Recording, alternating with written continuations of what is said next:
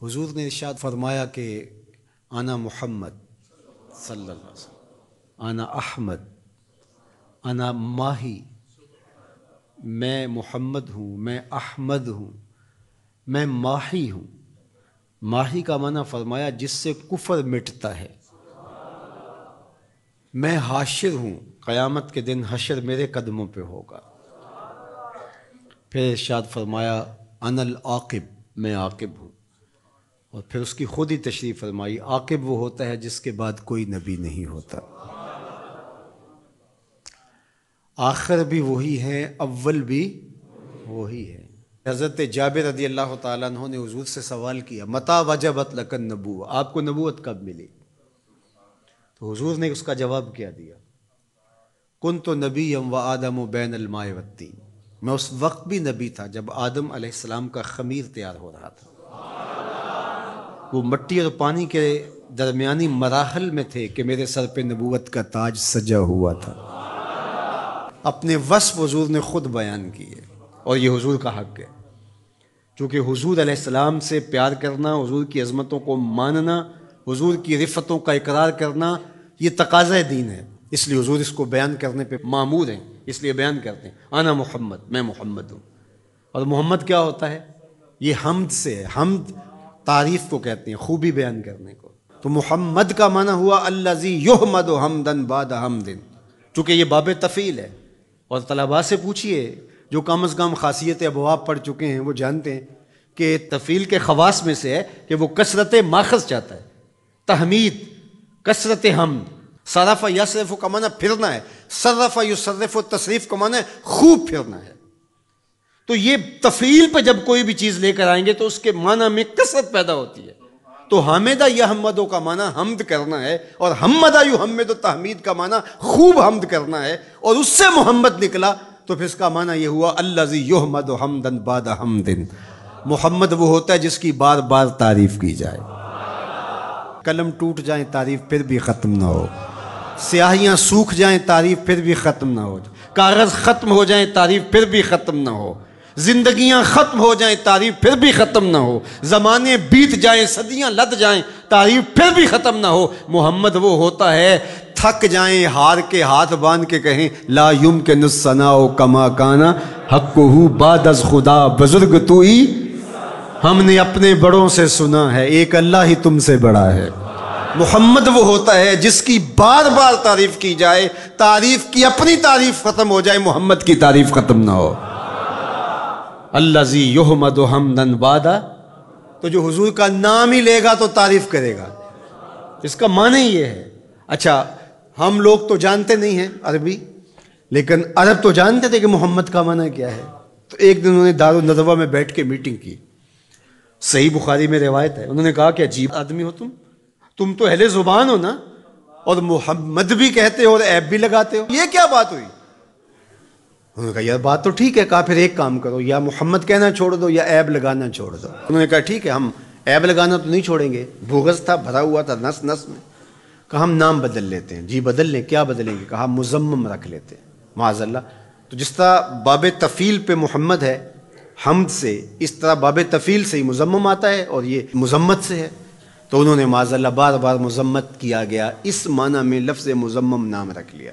تو وہ اس طرح مزمم کہہ کے اپنے خبث باطن کا اظہار کرنے لگے۔ تو کسی صحابی نے سنا، دل دکھا، حضور کی خدمت میں آیا کہ حضور وہ مزمم کہہ کے گالیاں دیتے ہیں۔ تو آقا کریم نے فرمایا تم نے دیکھا نہیں ہے کہ تمہارے رب نے ان کا منہ کیسے پھیر دیا؟ یشتمون مزمما ویلعنون مزمما وانا محمد۔ وہ کسی مزمم کو گالیاں دے رہے ہیں، وہ کسی مزمم پر لعنتیں کر رہے ہیں، میرے رب نے مجھے محمد بنایا ہے۔ محمد ہوتا ہی وہ ہے جس کی بار بار تعریف کی جائے۔ ہم حضور علیہ السلام کے لیے حضور کی مدح کی کوئی مجلس نہ بھی قائم کریں، جب اللہم صلی علی محمد کہتے ہیں تو لفظ محمد ہی حضور علیہ السلام کا قصیدہ ہے، حضور کا نام ہی حضور کا قصیدہ ہے۔ اس لیے محمد محمد بولتے رہو، یہ زندگی کا وظیفہ بنا لو۔ یہ میٹھا نام ہے، یہ نام کوئی کام بگڑنے نہیں دیتا، یہ نام کوئی کام بگڑنے نہیں دیتا، بگڑے بھی بنا دیتا ہے نام محمد صلی اللہ۔